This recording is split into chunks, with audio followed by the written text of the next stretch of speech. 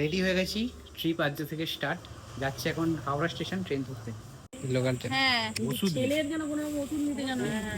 Milkshake কিছু খাবে না? না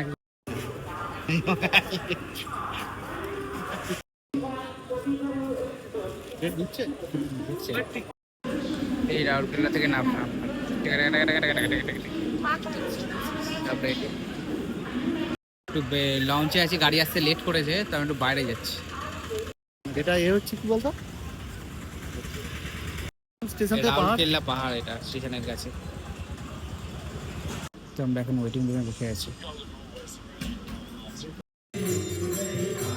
ওয়েটিং নিয়ে বসে।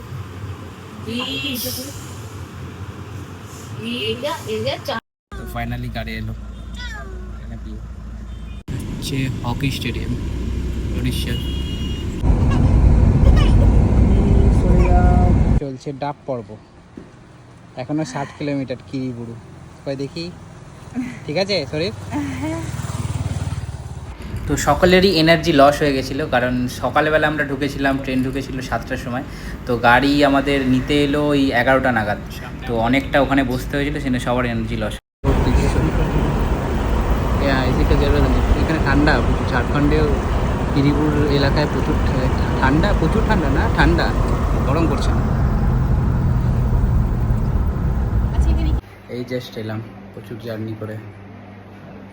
ফার্স্টে ডাল, সবজি, মাছ আর একটা ভেন্ডি ভাজা দিয়েছে, সেলফ সার্ভিস। তো আমরা গিয়েছিলাম ঝাড়খণ্ডের কিরিবুরুতে। তো এখানে ছিলাম সেলের গেস্ট হাউসে, খাওয়া দাওয়া সবই এখানে করেছি। খাওয়া দাওয়া খুবই সুন্দর ছিল, একদম ঘরোয়া। তো আমরা এদেরকে এখানে বুক করেছিলাম।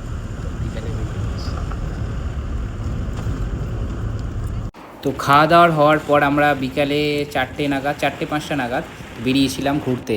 তো গিয়েছিলাম চারিদিকের অনেক কিছু দেখতে।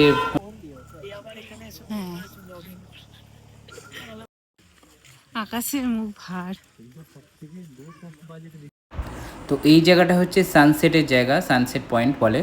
তো এটা হচ্ছে কিরিবুরুর সবথেকে হাই জায়গায় আমরা গিয়েছিলাম। লোক ছিল, কিছু লোক ছিল। তো নিচে একটা ঘুগনি দেখতে, আর নেচার তো দেখো অনেক দূর দূর থেকে দেখতে পাওয়া যাচ্ছে। তো লিওকে ব্যাগে নিয়েছিলাম আমি, তারপর দেখলাম বৃষ্টিও পড়ছে, সেই জন্য ছাতা মাথায় দিয়ে একটু দাঁড়িয়েছিলাম, ও দেখলো। এই যে চিকেনও আছে, চিকেনটা আসছে, রুটিও আছে।